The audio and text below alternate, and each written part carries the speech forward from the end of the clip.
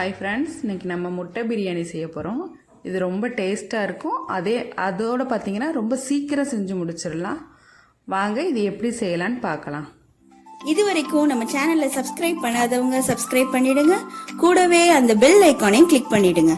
வாங்க இப்போ வீடியோக்குள்ளே போகலாம். இன்றைக்கி நான் 1 கப் பாஸ்மதி அரிசி எடுத்திருக்கேன்.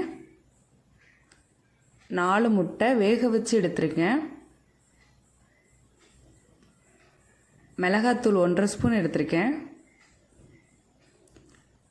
ஒரு பெரிய வெங்காயம் கட் பண்ணி எடுத்திருக்கேன். இஞ்சி பூண்டு பேஸ்ட்டு தேவையான அளவு எடுத்திருக்கேன். எண்ணெய் தேவையான அளவு எடுத்துக்கிறேன். கருவேப்பிலை, கொத்தமல்லி, புதினா தேவையான அளவு. கரம் மசாலா 1 ஸ்பூன் எடுத்திருக்கேன்.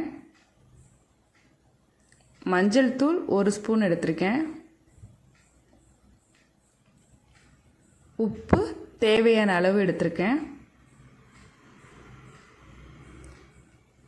ஒரு பிரியாணி இலை, பட்டை, 2 பச்சை மிளகாய் இப்படி கீறி எடுத்துக்கிறேங்க. தயிர் இன்றைக்கி நான் 2 ஸ்பூன் எடுத்திருக்கேன். இது பார்த்திங்கன்னா 4 பேர் தாராளமாக சாப்பிட்லாம். வாங்க இது எப்படி செய்யலான்னு பார்க்கலாம். பாஸ்மதி அரிசியை 1/2 மணி நேரம் ஊற வச்சு எடுத்துக்குங்க. ஒரு பேன் வச்சுட்டு ஸ்டவ் ஆன் பண்ணிக்கலாம். இது பார்த்திங்கன்னா நம்ம முட்டையை முதல்ல மசாலா போட்டு வறுத்து எடுத்துக்கிறணும். இப்போ பேன் நல்லா சூடானோன்னே இதில் நம்ம 1 ஸ்பூன் எண்ணெய் சேர்த்துக்கிறலாம். நிறைய எண்ணெய்லாம் தேவையில்லை, 1 ஸ்பூன் சேர்த்துக்கிட்டாவே போதும். சிம்லே வச்சுக்கிறோங்க, ஏன்னா இந்த மசாலா கருகாமல் பார்த்துக்கிறணும். இப்போ 1 ஸ்பூன் எண்ணெய் சேர்த்துக்கிறேன்னா 1 ஸ்பூன் எண்ணெய் சேர்த்துக்கங்க.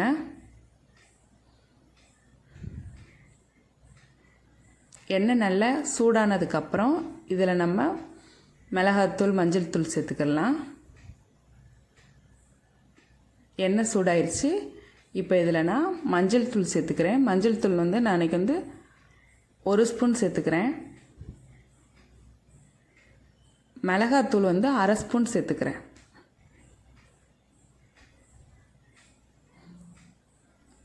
இதுக்கப்புறம் பார்த்திங்கன்னா உப்பு ஒரு 1/2 ஸ்பூன் எடுத்துக்கோங்க.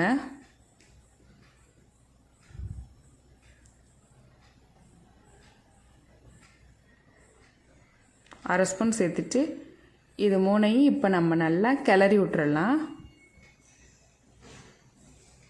இது பார்த்திங்கன்னா சிம்லே வச்சு பண்ணுங்கள். கருகுனா அந்த ஒரு கருக வாடை வரும், அது நல்லா இருக்காது. அதனால் சிம்லே வச்சு செஞ்சுக்கிறேங்க. இது பாருங்கள், இப்போ நல்லா கலர் மாறிடுச்சு பாருங்கள். இது கலர் மாறினதுக்கப்புறம் இதில் நம்ம முட்டை சேர்த்துக்கலாம். நான் இன்றைக்கி முட்டையை இடையில கட் பண்ணி எடுத்துக்கிறேன். அப்போ தான் அந்த மசாலா அப்புறம் அந்த முட்டைக்குள்ளே இறங்கும். இப்போ லைட்டாக கட் பண்ணி எடுத்துக்கோங்க. இப்போ எல்லா முட்டையும் இப்படி கட் பண்ணி இதில் சேர்த்துக்கிடலாம். ஒன்று ஒன்றா சேர்த்துக்குங்க. இது பார்த்திங்கன்னா சிம்லே வச்சுக்கிறோங்க, ஃபுல்லாக வச்சிடாதீங்க, கரிஞ்சிரும். எல்லா முட்டையும் சேர்த்துட்டு இப்போ நல்லா கிளறி விட்டுக்கிறலாம். இதை நல்லா கிளறி விட்டுருங்க. முட்டை கலர் மாறணும். பாருங்கள், நல்லா கலர் மாறிடுச்சு.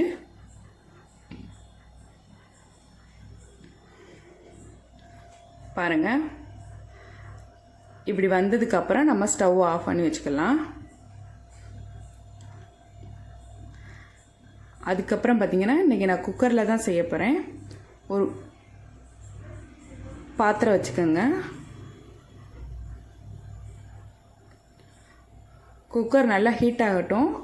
அதுக்கப்புறம் நம்ம இதில் எண்ணெய் சேர்த்துக்கிறலாம். எண்ணெய் இன்றைக்கி நான் 4 ஸ்பூன் எடுத்திருக்கேன். உங்களுக்கு எண்ணெய் ஜாஸ்தியாக வேணால் இன்னும் 2 ஸ்பூன் சேர்த்துக்கிறலாம். ஒரு பெரிய வெங்காயம் கட் பண்ணி எடுத்திருக்கேன்.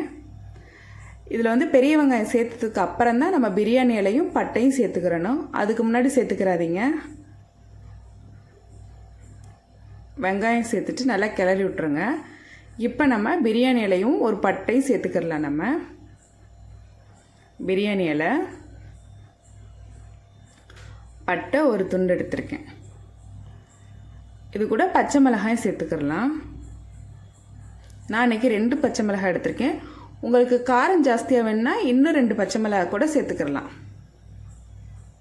இப்போ வந்து இதில் நம்ம கருவேப்பிலை, புதினா, கொத்தமல்லி 3 சேர்த்துக்கிடலாம். கருவேப்பிலை,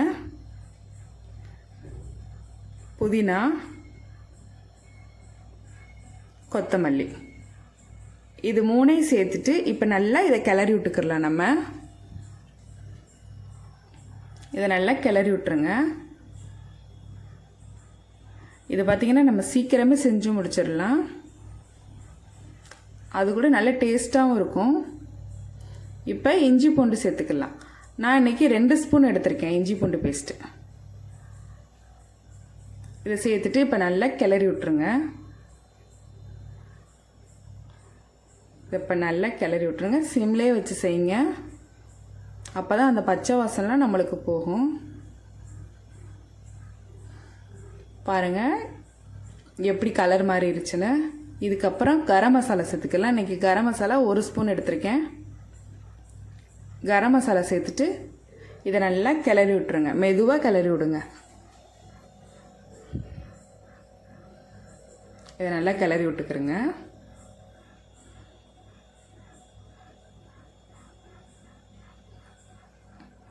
நல்லா வதங்கிருச்சு பாருங்கள். இப்போ இது கூட மிளகாத்தூள் சேர்த்துக்கிறலாம். நான் இன்றைக்கி 1.5 ஸ்பூன் சேர்த்துக்கிறேன். ஏன்னா முட்டையிலேயே நான் 1/2 ஸ்பூன் சேர்த்துக்கிட்டதுனால இதில் 1.5 ஸ்பூன் சேர்த்துருக்கேன். ஏன்னா இது 1.5 ஸ்பூன் சேர்த்தாவே நம்மளுக்கு காரம் கரெக்டாக இருக்கும். சேர்த்துட்டு இது நல்லா கிளறி விட்டுக்கிறேங்க. அந்த மிளகாய் பொடியோட பச்சை வாசனைலாம் நம்மளுக்கு போகிற வரைக்கும் நல்லா கிளறி விட்டுக்கிறேங்க. இப்போ இது கூட தயிர் சேர்த்துக்கிடலாம். நீங்கள் எப்போ பிரியாணி செஞ்சாலும் நீங்கள் வந்து தக்காளி சேர்த்துக்கிறதோட தயிர் சேர்த்துக்கிறங்க. அது நல்ல டேஸ்ட்டாக இருக்கும். இதை இப்போ நல்லா கிளறி விட்டுருங்க. பாருங்கள் எவ்வளோ அழகாக வதங்கிருச்சுன்னு. பாருங்கள் இப்படி நல்லா வதங்குற வரைக்கும் நல்லா கிளறி விட்டுருக்குறங்க. இப்போ இதுக்கு உப்பு சேர்த்துக்கலாம். தேவையான அளவு உப்பு சேர்த்துக்கிறேங்க. நான் கல் உப்பு தான் எடுத்திருக்கேன். தேவையான அளவு உப்பு சேர்த்துட்டு இதை நல்லா கிளறி விட்டுக்கிறேங்க. இப்போ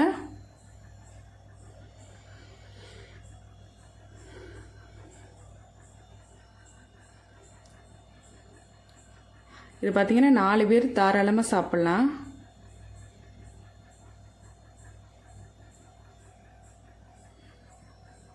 பாருங்கள் எண்ணெய்லாம் திரிஞ்சு எவ்வளோ அழகாக மேலே வந்திருக்குன்னு. இதெல்லாம் நல்லா வதங்கினதுக்கு அப்புறம் தான் இதில் தண்ணி சேர்த்துக்கிறேன்னு.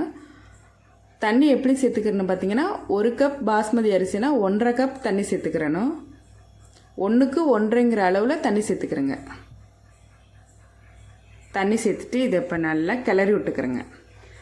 நான் வந்து இன்றைக்கி பாஸ்மதி அரிசியை வந்து 1/2 மணி நேரத்துக்கு முன்னாடியே ஊற வச்சுருக்கேன். அதே மட்டும் நீங்கள் ஊற வச்சு எடுத்துக்கிட்டிங்கன்னா 1.5 கப் தண்ணி ஊற்றினா போதும். ஊற வைக்காமல் எடுத்திங்கன்னா 2 கப் தண்ணி ஊற்றிக்கிறேங்க. இப்போ இதில் நான் அரிசி சேர்த்துக்கிறேன். நான் வந்து பாஸ்மதி அரிசி வந்து 1/2 மணி நேரத்துக்கு முன்னாடியே ஊற வச்சு எடுத்துருக்கேன். இப்போ அரிசி சேர்த்துக்கிறலாம்.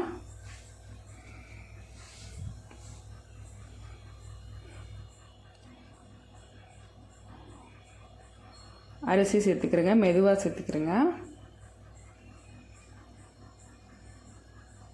இது பார்த்திங்கன்னா ரொம்ப டேஸ்ட்டாக இருக்கும். உங்கள் வீட்டில் ட்ரை பண்ணி பாருங்கள். எல்லாருக்கும் ரொம்ப பிடிக்கும். இதை இப்போ நல்லா கிளறி விட்டுக்கிறேங்க. இது நல்லா கிளறி விட்டதுக்கப்புறம் இது கூடவே நம்ம முட்டையும் சேர்த்துக்கிறலாம். இப்போ நம்ம முட்டையை சேர்த்துக்கிறலாம். இது கூட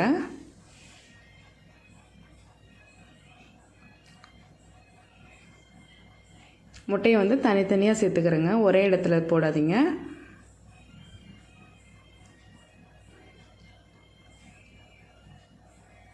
தனித்தனியாக சேர்த்து விட்டுக்கிறேங்க முட்டையெல்லாம். இப்போ முட்டை சேர்த்ததுக்கப்புறம் நம்ம இதை மூடி போட்டு மூடி வச்சிடலாம். பாருங்கள் நல்லா கொதி வந்துருச்சு. இப்போ மூடி போட்டுக்கிறேங்க. மூடி போட்டு இதை மூடி வச்சுக்கிறலாம். வெயிட் பார்த்திங்கன்னா நம்மளுக்கு வந்து அந்த அதிலிருந்து ஆவி வந்ததுக்கப்புறம் தான் நம்ம எப்போவுமே வெயிட் போடணும்.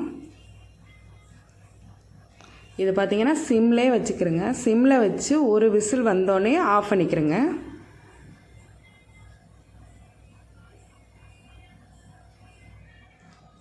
இப்போ நம்ம ஓப்பன் பண்ணி பார்த்துடலாம். பாருங்கள் எவ்வளோ அழகாக வந்திருக்குன்னு, நல்லா தனித்தனியாக வந்திருக்கு. பாருங்கள் எவ்வளோ அழகாக வந்திருக்குன்னு. இது சீக்கிரமே நம்ம சமைச்சிடலாங்க. பாருங்கள் எவ்வளோ அழகாக வந்திருக்குன்னு. அவ்வளோதாங்க, நம்மளோட முட்டை பிரியாணி ரெடி ஆயிடுச்சு. உங்கள் வீட்டில் ட்ரை பண்ணி பாருங்கள். எங்கள் சேனல் பிடிச்சிருந்துச்சுன்னா லைக் பண்ணுங்கள், ஷேர் பண்ணுங்கள், சப்ஸ்கிரைப் பண்ணுங்கள். தேங்க்யூ. இது வரைக்கும் நம்ம சேனலை சப்ஸ்கிரைப் பண்ணாதவங்க சப்ஸ்கிரைப் பண்ணிடுங்க. கூடவே அந்த பெல் ஐக்கானையும் கிளிக் பண்ணிடுங்க.